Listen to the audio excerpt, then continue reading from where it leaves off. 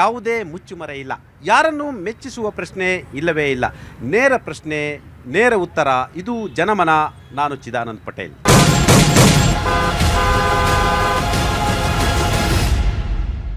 ಕರ್ನಾಟಕದಲ್ಲೂ ರಾಜ್ಯಪಾಲ ಮತ್ತು ಸರ್ಕಾರದ ನಡುವೆ ಸಂಘರ್ಷ ಏರ್ಪಡ್ತಾ ಎಲ್ಲೊಂದು ಕಡೆ ರಾಜ್ಯ ಸರ್ಕಾರ ಅನೇಕ ಮಸೂದೆಗಳನ್ನು ರಾಜಭವನಕ್ಕೆ ಕಳಿಸಿದ್ದು. ಅದರಲ್ಲಿ ಒಂದಷ್ಟು ಮಸೂದೆಗಳನ್ನು ರಾಜ್ಯಪಾಲರು ಅಂಗೀಕರಿಸಲಿಲ್ಲ. ರಾಜ್ಯಪಾಲರು ಅಂಗೀಕರಿಸಲಿ ಅಂತ ಹೇಳಿದರೆ 3 ತಿಂಗಳವರೆಗೆ ಪೆಂಡಿಂಗ್ ಇಟ್ಕೋಬೋದು. ಅದರ ನಂತರ ರಾಜ್ಯಪಾಲರ ಅಂಗಳಕ್ಕೆ ಕಳಿಸ್ಕೊಡ್ಬೋದು.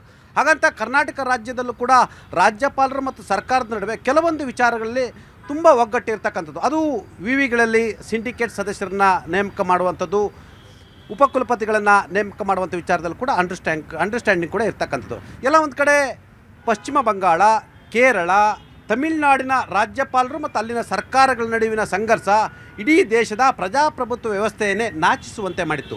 ಅದೇ ರೀತಿ ಎಲ್ಲೊಂದು ಕಡೆ ಕರ್ನಾಟಕದಲ್ಲೂ ಕೂಡ ರಾಜ್ಯಪಾಲ ಮತ್ತು ಸರ್ಕಾರದ ನಡುವೆ ಒಂದಷ್ಟು ಅಂಡರ್ಸ್ಟ್ಯಾಂಡಿಂಗ್ ಇದೆ ಎಂಬ ಮಾತು ಕೂಡ ಕೇಳಿಬಂತು. ಇದೀಗ ಎಲ್ಲೊಂದು ಕಡೆ ಮಹಾತ್ಮ ಗಾಂಧಿ ನರೇಗಾ ಯೋಜನೆಯನ್ನು ಕೇಂದ್ರ ಸರ್ಕಾರ VB ರಾಮ್ಜಿ ಅಂತೇಳಿ ಹೆಸರು ಬದಲಾಯಿಸಿ ಒಂದಷ್ಟು ಬದಲಾವಣೆಗಳನ್ನು ತಂದು ಅದನ್ನು ರಾಷ್ಟ್ರಪತಿಗಳಿಗೆ ಕಳಿಸಿ ಅಂಗೀಕಾರವನ್ನು ಕೂಡ ಮಾಡಿಕೊಂಡಿರ್ತಕ್ಕಂಥದ್ದು. ಹಾಗಾಗಿ ಮಹಾತ್ಮ ಗಾಂಧಿ ಹೆಸರನ್ನು ಕೈ ಬಿಟ್ಟಿರ್ತಕ್ಕಂಥದ್ದು ಮತ್ತು VB ರಾಮ್ಜಿಯಲ್ಲಿ ಹಲವಾರು ಬದಲಾವಣೆಗಳು ತರುವ ಮುಖಾಂತರ ಮಹಾತ್ಮ ಗಾಂಧಿಯವರ ಕನಸು ಸ್ವರಾಜ್ಯ ಕನಸಿಗೆ ಧಕ್ಕೆ ಆಗಿದೆ ಮತ್ತು ಗ್ರಾಮಗಳ ಉದ್ಧಾರವೇ ದೇಶದ ಉದ್ಧಾರ ಅಂತ ಮಹಾತ್ಮ ಗಾಂಧಿ ಹೇಳಿದರು. ಆ ಮುಖಾಂತರ ಗ್ರಾಮಗಳ ಅಧಿಕಾರವನ್ನು ಮೊಟಕುಗೊಳಿಸ್ತಿದ್ದೀರಾ, ಆ ಮುಖಾಂತರ ರಾಜ್ಯ ಸರ್ಕಾರಗಳಿಗೆ ಹೊರೆ ಮಾಡ್ತೀರ ಅಂತೇಳಿ ರಾಜ್ಯ ಸರ್ಕಾರ ಗಂಭೀರ ಆರೋಪವನ್ನು ಮಾಡ್ತಿರ್ತಕ್ಕಂಥದ್ದು. ಮತ್ತೊಂದು ಕಡೆ ಕೇಂದ್ರ ಸಚಿವರಾಗಿರ್ತಕ್ಕಂಥ ಶಿವರಾಜ್ ಸಿಂಗ್ ಚೌಹಾಣ್ರವರ ರಾಜ್ಯಕ್ಕೆ ಬಂದು ಈ ಹಿಂದಿನ ಮಹಾತ್ಮ ಗಾಂಧಿ ನರೇಗಾ ಯೋಜನೆಯಲ್ಲಿ ಸಾವಿರಾರು ಕೋಟಿ ರೂಪಾಯಿ ಅಕ್ರಮ ನಡೀತಿತ್ತು ಮತ್ತು ಆ ಅಕ್ರಮ ತಡೆಯುವ ಉದ್ದೇಶದಿಂದ ನಾವು ಈ ಕಾಯ್ದೆಯಲ್ಲಿ ಬದಲಾವಣೆ ತಂದಿದ್ದೀವಿ ಅನ್ನೋ ಮುಖಾಂತರ ರಾಜ್ಯ ಸರ್ಕಾರ ಕೂಡ ತಿರುಗೇಟು ಒಂದು ಕಡೆ ರಾಜ್ಯಪಾಲರು ಜಂಟಿ ಅಧಿವೇಶನದಲ್ಲಿ ಭಾಷಣ ಮಾಡಲ್ಲ ಅಂತೇಳಿ ಒಂದು ಹಂತಕ್ಕೆ ಹೋಗಿದ್ದರು. ನಂತರ ಇದು ಈ ದೇಶದಲ್ಲಿ 1966ರಲ್ಲಿ ವೆಸ್ಟ್ ಬೆಂಗಾಲ್ನಲ್ಲಿ ಅವತ್ತಿನ ರಾಜ್ಯ ಸರ್ಕಾರ ಮತ್ತು ರಾಜ್ಯಪಾಲರು ನಡೆದಂಥ ಸಾಂವಿಧಾನಿಕ ಬಿಕ್ಕಟ್ಟಿನ ರೀತಿಯೇ ಬಿಕ್ಕಟ್ಟು ತಲೆದೋರುವ ಸಾಧ್ಯತೆ ಇತ್ತು. ಅಂತಿಮವಾಗಿ ರಾಜ್ಯಪಾಲರು ಬಂದು ಜಂಟಿ ಅಧಿವೇಶನದಲ್ಲಿ ಭಾಷಣ ಓದಿದರು. ಕೇವಲ 66 ಸೆಕೆಂಡ್ಗಳಲ್ಲಿ ತಮ್ಮ ಭಾಷಣವನ್ನು ಓದಿ ಹೊರ ನಡೆದರು ಮತ್ತು ರಾಜ್ಯಪಾಲರ ವಿರುದ್ಧ ಹಕ್ಕೊತ್ತಾಯಕ್ಕಾಗಿ ಭಾಷಣವನ್ನು ಮಾಡಲೇಬೇಕಂತೇಳಿ BK ಹರಿಪ್ರಸಾದ್ ಅಂತ ನಾಯಕರುಗಳು ಕೂಡ ಎಲ್ಲೊಂದು ಕಡೆ ಪರೋಕ್ಷವಾಗಿ ಗೇರಾವ್ ಹಾಕಿದ್ರು. ಆ ಮುಖಾಂತರ ರಾಜ್ಯಪಾಲರಿಗೆ ಅಗೌರವ ತೋರಿಸಿದ್ದಾರೆ ಅನ್ನೋದು ದೊಡ್ಡ ಚರ್ಚೆ ಆಗ್ತಿರ್ತಕ್ಕಂಥ. ಆ ಮುಖಾಂತರ ರಾಜ್ಯಪಾಲರು ಕೇಂದ್ರ ಸರ್ಕಾರದ ಕಪಿಮುಷ್ಟಿಯಲ್ಲಿ ಇದ್ದಾರಾ? ಮಹಾತ್ಮ ಗಾಂಧಿ ನರೇಗಾ ಯೋಜನೆಯನ್ನು ಕಾಂಗ್ರೆಸ್ ಸರ್ಕಾರ ಜಂಟಿ ಅಧಿವೇಶನದಲ್ಲಿ ಚರ್ಚೆ ಮಾಡ್ತಿರೋದೇ ರಾಜಕೀಯ ಉದ್ದೇಶಕ್ಕಾಗಿಯಾ? ಈ ಎಲ್ಲದರ ಬಗ್ಗೆ ನಾವು ರಾಜ್ಯಪಾಲ ವರ್ಸಸ್ ಸರ್ಕಾರದ ನಡುವಿನ ಸಂಘರ್ಷದ ಬಗ್ಗೆ ವಿಸ್ತೃತವಾಗಿ ನಾವು ಇವತ್ತು ಚರ್ಚೆಯನ್ನು ಮಾಡ್ತಿದ್ವಿ. ಯಾವುದು ಸರಿ, ಯಾವುದು ತಪ್ಪು. ಆರಂಭದಲ್ಲಿ ನಾನು ಕಾಂಗ್ರೆಸ್ನ ನಾಯಕರ ಬಳಿ ಹೋಗ್ತಾ ಇದ್ದೀನಿ. ಎಲ್ಲ ಒಂದು ಕಡೆ ನೀವು ಮಹಾತ್ಮ ಗಾಂಧಿ ನರೇಗಾ ಯೋಜನೆ ವಿಚಾರವನ್ನು ಈಗಾಗಲೇ ರಾಷ್ಟ್ರಪತಿಗಳೇ ಆ ಬಿಲ್ಲನ್ನು ಅಂಗೀಕಾರ ಮಾಡಿದ್ದಾರೆ. ಅಂಗೀಕಾರ ಮಾಡಿದ ನಂತರ ಮುಗಿದೈತಿ. ಈ ದೇಶದ ಸಾಂವಿಧಾನಿಕ ಮುಖ್ಯಸ್ಥರು ಅಪ್ರೂವ್ ಮಾಡಿದ್ದಾರೆ. ಆ ಮುಖಾಂತರ ಕಾಂಗ್ರೆಸ್ ಇದನ್ನು ರಾಜಕೀಯವಾಗಿ ಬಳಸ್ಕೊಳ್ಳಕ್ಕೆ ಹೋಗಿ ಆ ಮುಖಾಂತರ ಎಲ್ಲ ಕಡೆ ರಾಜ್ಯಪಾಲರನ್ನ ಬೀದಿಗೆ ತಂತ ನೋಡಿ. ಕಾಂಗ್ರೆಸ್ ಇದರಲ್ಲಿ ರಾಜಕೀಯ ಮಾಡಬೇಕು ಅಂದರೆ ಆಹಾರ ಭದ್ರತಾ ಕಾಯ್ದೆ, ಮಾಹಿತಿ ಹಕ್ಕು ಕಾಯ್ದೆ, ಶಿಕ್ಷಣ ಕಾಯ್ದೆ ಮತ್ತು ನರೇಗಾ ಯೋಜನೆಗಳ ಕಾಯ್ದೆಗಳನ್ನು ಜಾರಿಗೆ ತರ್ತಾನೇ ಇರಲಿಲ್ಲ.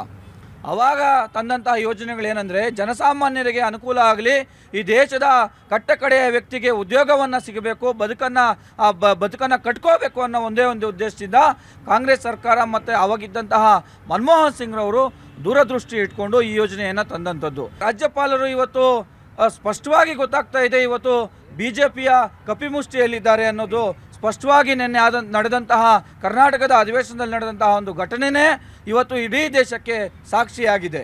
ಯಾವುದೇ ಒಂದು ಕ್ಯಾಬಿನೆಟಲ್ಲಿ ನಿರ್ಣಯ ಆದಂತಹ ಭಾಷಣವನ್ನು ಸದನದಲ್ಲಿ ಓದಲೇಬೇಕು ಅನ್ನೋದನ್ನು ಒಂದು ಕಾನೂನಿದೆ. ಸೊ ಆ ಕಾನೂನಿನ ಪ್ರಕಾರ ಆರ್ಟಿಕಲ್ 175, 176 ಹೇಳ್ತಾ ಇದ್ದೀರಾ? ಹೌದು, ಆರ್ಟಿಕಲ್ 170 ಮತ್ತು 165 ಆ ಒಂದು ಕಾನೂನು ಅಡಿಯಲ್ಲಿ ಇವತ್ತು ರಾಜ್ಯಪಾಲರು ಖಂಡಿತವಾಗಿ ಭಾಷಣವನ್ನು ಏನು ಕ್ಯಾಬಿನೆಟ್ನಲ್ಲಿ ಅಪ್ರೂವಲ್ ಆದಂತಹ ಭಾಷಣವನ್ನು ಓದಲೇಬೇಕು ಅಂತ ಒಂದು ಕಾಯ್ದೆ ಇದೆ. ಸೊ ಆ ಕಾಯ್ದೆಯನ್ನು ಎಲ್ಲ ಒಂದು ಕಡೆ ಉಲ್ಲಂಘನೆ ಮಾಡಿದ್ದಾರೆ, ಅಗೌರವವನ್ನು ತೋರಿದ್ದಾರೆ ಅನ್ನೋದನ್ನ ಸ್ಪಷ್ಟವಾಗಿ ಗೊತ್ತಾಗ್ತದೆ. ನಾನು BJP ಅವರು ಕೇಳ್ತಿದ್ದೀನಿ, ಎಲ್ಲೊಂದು ಕಡೆ ಸಾಂವಿಧಾನಿಕ ಮುಖ್ಯಸ್ಥರು ಸಂವಿಧಾನದ ನಿಯಮಾವಳಿಗಳನ್ನೇ ಉಲ್ಲಂಘನೆ ಮಾಡಿದ್ರು ಅನ್ನೋ ಮುಖಾಂತರ ಭಾರತೀಯ ಜನತಾ ಪಕ್ಷದ ಕಪಿಮುಷ್ಟಿಯಲ್ಲಿ ಕರ್ನಾಟಕದ ರಾಜ್ಯಪಾಲರಾಗಿರ್ತಕ್ಕಂಥ ತಾವರ್ ಚಂದ್ ಗೆಹ್ಲೋಟ್ ಇದ್ದಾರೆ ಅಂತೇಳಿ ಗಂಭೀರ ಆರೋಪವನ್ನು ಮಾಡಿದ್ದಾರೆ ಕಾಂತಿ ಶೆಟ್ಟಿ ಅವರೇ. ಸಾಂವಿಧಾನಿಕ ಹುದ್ದೆಯಲ್ಲಿರುವಂತಹ ರಾಜ್ಯಪಾಲರ ಘನತೆಗೆ ಚ್ಯುತಿ ತಂದಂಥ ಈ ಕಾಂಗ್ರೆಸ್ ಪಕ್ಷದ ಮಂತ್ರಿಗಳು ಹಾಗೂ ಶಾಸಕರು ಇವತ್ತು ನಮ್ಮ ಅಲ್ಲಿ ಮಾರ್ಷಲ್ಗಳು ಅವರು ಇಲ್ಲ ಅಂದಿದ್ರೆ ರಾಜ್ಯಪಾಲರ ಗತಿ ಏನಾಗ್ತಿತ್ತು? ನಾವು ಇಷ್ಟು ದಿನ ಎಲ್ಲ ಕಡೆನೂ ಹೇಳ್ತಾ ಇದ್ವಿ ಈ ಸರ್ಕಾರ ಮಹಿಳಾ ವಿರೋಧ ಸರ್ಕಾರ, ಇದು ಜನ ವಿರೋಧ ಸರ್ಕಾರ ಅಂತ. ಇವತ್ತು ನಾವು ಗೂಂಡಾ ಸರ್ಕಾರ ಅಂತೇಳಿ ಇಷ್ಟು ದಿನ ಗೂಂಡಾ ಸರ್ಕಾರ ಅಂತ ಬೇರೆ ಕಡೆ ಹೇಳ್ತಾ ಇದ್ವು. ಇವತ್ತು ಸದನದ ಒಳಗಡೆನೂ ಆ ಒಂದು ಏನು ಗೂಂಡಾ ಸರ್ಕಾರ ಅಂತ ಹೇಳಿದ್ರು ಅದನ್ನು ಅವರು ನಿಜಪಡಿಸಿದ್ರು ಅಂತ ಹೇಳಿದ್ರೆ ತಪ್ಪಾಗಲಾರ್ದು. ಇವತ್ತು ಎಲ್ಲ ರೂಲ್ ಬುಕ್ಕಲ್ಲಿ ಏನಿದೆ ಅವ್ರೇನು ಹೇಳ್ತಾ ಇದ್ದಾರೆ, ಭಾಷಣ ಮಾಡಬೇಕು ಅಂತ 13 ವಾಕ್ಯ ಏನು ಕೊಟ್ಟಿದ್ದಾರೆ ಅವರು. ಮೊದಲ ದಿನವೇ ರಾಜ್ಯಪಾಲರು ಹೇಳಿದ್ದಾರೆ 11 ವಾಕ್ಯ ಅದರಲ್ಲಿ ಸರಿಯಾಗಿ ಮಾಡಿಕೊಡಿ ಅಂತ ಹೇಳಿದ್ದಾರೆ ತಾನೆ. ಅವರ 13 ವರ್ಡ್ ಏನಿದೆ ಪ್ರತಿಯೊಂದು ವರ್ಡನ್ನು ನಾನು ಕೇಳಿಸ್ಕೊಂಡಿದ್ದೀನಿ. ಆದರೆ ಕಾಂಗ್ರೆಸ್ ಪಕ್ಷದ 13 ವರ್ಡ್ಗಳು ಕಾಂಗ್ರೆಸ್ ಪಕ್ಷದವರು ಇದೆ. ಕಾಂಗ್ರೆಸ್ ಪಕ್ಷದವರು ಏನು ಹೇಳಿದ್ದಾರೆ ಗೊತ್ತಾ? ನಾಗ್ಪುರದಿಂದ ಅಂತ ಹೇಳಿದ್ರು. ಒಂದೇ ಒಂದು ವರ್ಡ್ ನಾಗ್ಪುರದ ಯಾವ ವರ್ಡ್ ಅಂತ ನೀವು ಹೇಳಬೇಕು.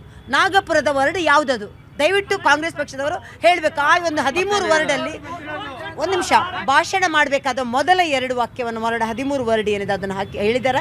ಕೊನೆಯದನ್ನು ಏನು ಮುಗಿಸ್ಬೇಕು ಅವ್ರು ಹೇಳಿದ್ದಾರೆ. ಮಧ್ಯದಲ್ಲಿ ಇದು ಈ ಸರ್ಕಾರ ಗ್ರಾಮೀಣ ಇದು ಏನು ತೊಂದರೆ ಆಗ್ತಾ ಇದೆ, ವಿ ರಾಮ್ಜಿ ಬಗ್ಗೆ ಏನು ತೊಂದರೆ ಆಗ್ತಾ ಇದೆ, ಅಥವಾ ಅವರು ಕೇಂದ್ರದ ಸರ್ಕಾರವನ್ನು ಬೆಟ್ಟು ತೋರಿಸಿ ಕೆಟ್ಟದಾಗಿ ಬಿಂಬಿಸುವಂಥ ಕೆಲಸವನ್ನು ಮಾಡಿದ್ದಾರೆ. ರಾಷ್ಟ್ರಪತಿಗಳು ಅಂಕಿತ ಹಾಕಿರುವಂತಹ ಈ ಬಿಲ್ಲನ್ನು ರಾಜ್ಯಪಾಲರು ಹೆಂಗೆ ಅದನ್ನು ವಿರೋಧಿಸ್ತಾರೆ? ಅದನ್ನು ದಯವಿಟ್ಟು ಅವರನ್ನು ಇದು ಒಕ್ಕೂಟ ವ್ಯವಸ್ಥೆ ಇರ್ತಕ್ಕಂಥ ಪ್ರಜಾಪ್ರಭುತ್ವ ರಾಷ್ಟ್ರ ಆಗಿರ್ತಕ್ಕಂಥದ್ದು. ಈ ಪ್ರಜಾಪ್ರಭುತ್ವ ರಾಷ್ಟ್ರದಲ್ಲಿ ಒಕ್ಕೂಟ ವ್ಯವಸ್ಥೆಯಲ್ಲಿ ಟೀಕೆ ಟಿಪ್ಪಣಿಗಳು ಸರ್ವೇ ಸಾಮಾನ್ಯ. ರಾಜ್ಯ ಸರ್ಕಾರ ಕೇಂದ್ರ ಸರ್ಕಾರಗಳ ನಡುವೆ ಆಡಳಿತಾತ್ಮಕವಾಗಿ ಒಂದಷ್ಟು ಬಿಕ್ಕಟ್ಟುಗಳು ಇರ್ತಕ್ಕಂಥದ್ದು ಎಲ್ಲ ಕಡೆ ಕೂಡ ಇರುವಂಥದ್ದು. ಹಾಗಂತ ಎಲ್ಲೊಂದು ಕಡೆ ಟೀಕೆ ಟಿಪ್ಪಣಿ ಮಾಡಲಿಕ್ಕೆ ಅವಕಾಶ ಇಲ್ವಾ? ಟೀಕೆ ಟಿಪ್ಪಣಿ ಅಂತಲ್ಲ, ಅವಕಾಶ ಇದೆ. ಯಾಕಂತ ಹೇಳಿದ್ರೆ ರಾಜ್ಯಪಾಲರು ಅಂತಕ್ಕಂಥ ಹುದ್ದೆ ಏನು ಪ್ರತಿ ರಾಜ್ಯದ ಮಂತ್ರಿಮಂಡಲದ ಒಂದು ಕಾರ್ಯಾಂಗದ ಒಂದು ಮುಖ್ಯಸ್ಥರಾಗಿರ್ತಾರೆ. ಇಲ್ಲಿ ಮಂತ್ರಿಮಂಡಲ ಮತ್ತು ಇದರಲ್ಲಿ ಏನು ಮುಖ್ಯಮಂತ್ರಿಗಳ ನೇತೃತ್ವ ಮಂತ್ರಿಮಂಡಲ ಏನು ನಿರ್ಣಯಗಳನ್ನು ತಗೊಳ್ತದೆ ಅದು ಸದನದ ಉಭಯ ಸದನಗಳಲ್ಲಿ ವರ್ಷದ ಮೊದಲನೇ ದಿನ ನಡೀತಕ್ಕಂಥದ್ದು ಇದರಲ್ಲಿ ಸಂಪ್ರದಾಯ. ಅಲ್ಲಿ ರಾಜ್ಯ ಸರ್ಕಾರದ ಯಾವುದೇ ಒಂದು ನೋವು ನಲಿವು ಅಥವಾ ಏನೋ ಒಳ್ಳೆಯದು ಕೆಟ್ಟದಿದ್ರೂ ಅದನ್ನು ಸರ್ಕಾರ ತನ್ನ ಭಾಷಣದಲ್ಲಿ ಅಡಕ ಮಾಡಿ ಅದನ್ನು ರಾಜ್ಯಪಾಲರು ಓದಬೇಕಾಗ್ತದೆ. ಈಗ ಏನಾಗ್ತಾ ಇದೆ ಅಂತ ಹೇಳಿದ್ರೆ ಇಲ್ಲಿ ಮನ್ರೇಗಾ ವಿಚಾರವಾಗಿ ಏನು ನ್ಯೂನ್ಯತೆಗಳಿದೆ ಅದರ ಕೆಲವು ಅಂಶಗಳು ಅಲ್ಲಿದೆ ಅಂತಕ್ಕಂಥ ಪ್ರಸ್ತಾಪಗಳು ಮಾಡ್ತಾ ಇದ್ದಾರೆ. ಇನ್ನು ಜನಗಳಿಗೂ ಗೊತ್ತಿಲ್ಲ ಮತ್ತು ರಾಜ್ಯಪಾಲರು ಅದು ಯಾವ ರೀತಿಯ ನ್ಯೂನ್ಯತೆಗಳು ಅನ್ನತಕ್ಕಂಥದ್ದನ್ನು ಬಹಿರಂಗಪಡಿಸಿಲ್ಲ.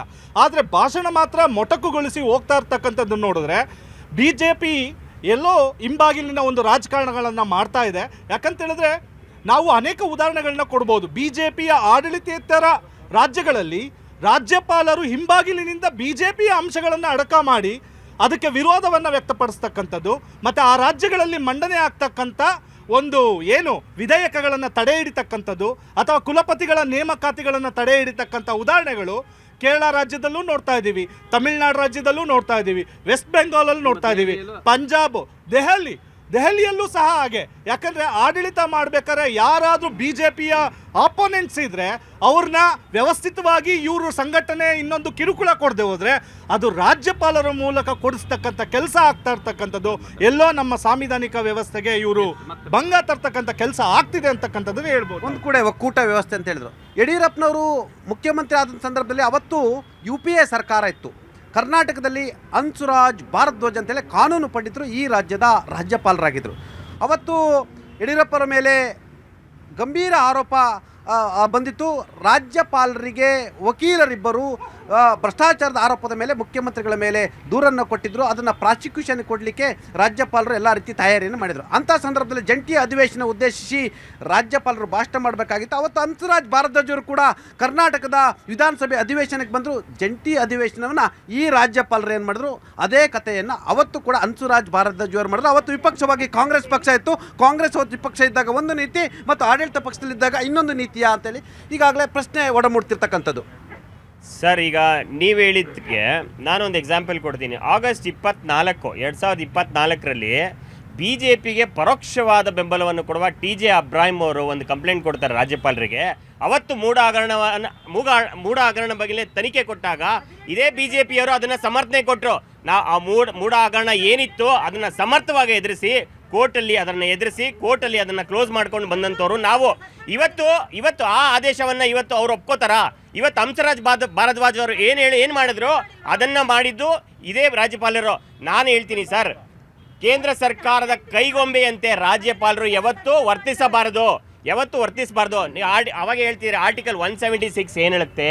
ಆರ್ಟಿಕಲ್ 176 ನಮ್ಮ ಕ್ಯಾಬಿನೆಟ್ನಲ್ಲಿ ಆದಂಥ ಡಿಸಿಷನ್ನ ಒಂದು ಲೆಟರ್ ನಾವು ಏನು ಡ್ರಾಫ್ಟ್ ಮಾಡ್ತೀವಿ, ಕ್ಯಾಬಿನೆಟಿಂದ ಬರುವಂಥ ಲೆಟರ್ನ ಗೌರವಾನ್ವಿತ ರಾಜ್ಯಪಾಲರು ಓದಲೇಬೇಕು. ಅದು ಕಾನ್ಸ್ಟಿಟ್ಯೂಷನಲ್ಲಿ ಇರುವಂಥದ್ದು. ನಮ್ಮ ಸಂವಿಧಾನದಲ್ಲಿ ಏನಿದೆ, ನಮ್ಮ ಸಂವಿಧಾನದಲ್ಲಿ ಆಯ್ಕೆಯಾದಂಥ ಗೌರ್ಮೆಂಟ್ ಏನನ್ನು ಕೊಡುತ್ತೆ ಅದನ್ನು ಓದುವಂಥ ಕಾರ್ಯವನ್ನು ರಾಜ್ಯಪಾಲರು ಮಾಡಬೇಕಾಗಿತ್ತು. ಇವತ್ತು ಅವರು ಮಾಡಿಲ್ಲ. ಗೂಂಡಾಗಿರಿ ವರ್ತನೆ ಮಾಡಿದ್ರು ಅಂತೇಳಿ ಕಾಂತಿ ಶೆಟ್ಟರ್ ಆರೋಪ ಮಾಡಿದರು. ನಮ್ಮ ಹರಿಪ್ರಸಾದ್ ಸಾಹೇಬ್ರವರು